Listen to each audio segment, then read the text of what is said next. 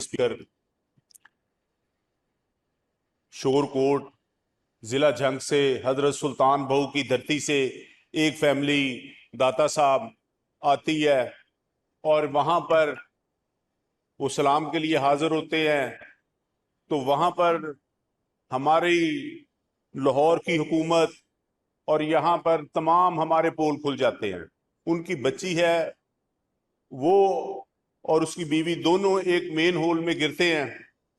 तो 15 पर कॉल की जाती है, 1122 को कॉल की जाती है। पुलिस आकर उसको पकड़ कर ले जाती है, उसके खामद को। उसको कहती है कि यहां आपने गिराया नहीं, कहीं और आपने फेंक दिया है। फिर सर मसला हमारी गवर्नमेंट का आ जाता है, वो ढूंढते हैं, उसकी लाश मिल जाती है।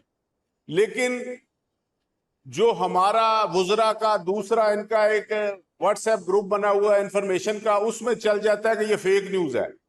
पुलिस वाले 6 घंटे उसको पकड़ कर रखते हैं।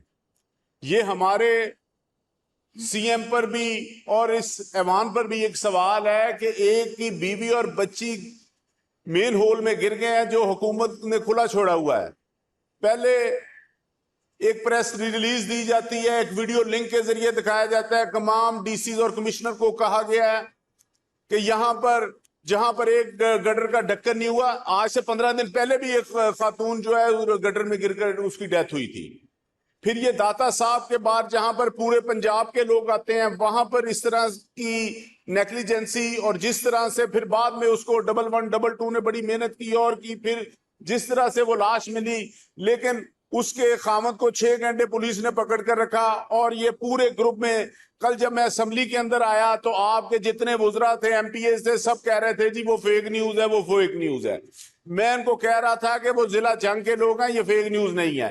उनकी लाश मिल गई है। मैं इनको कह रहा हूं कि लाश मिल गई है, लेकिन हुकूमत ने पता नहीं किसने ये फेक न्यूज का इनको दिमाग में भर दिया। ये कल फेक न्यूज से बाहर आ नहीं रहे थे। और ये हमारा अब हमें एक नया लॉलीपॉप दे दिया गया है।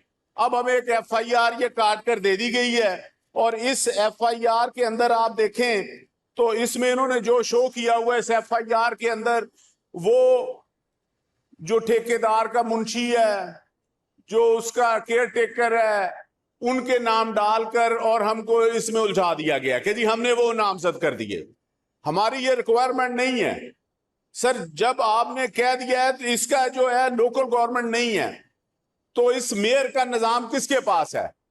देखिए, अगर वो कमिश्नर के पास है, डीसी के पास है, और ये आपको पता है यहां पर चीफ सेक्रेटरी भी इसी सूबे के लाहौर में बैठते हैं।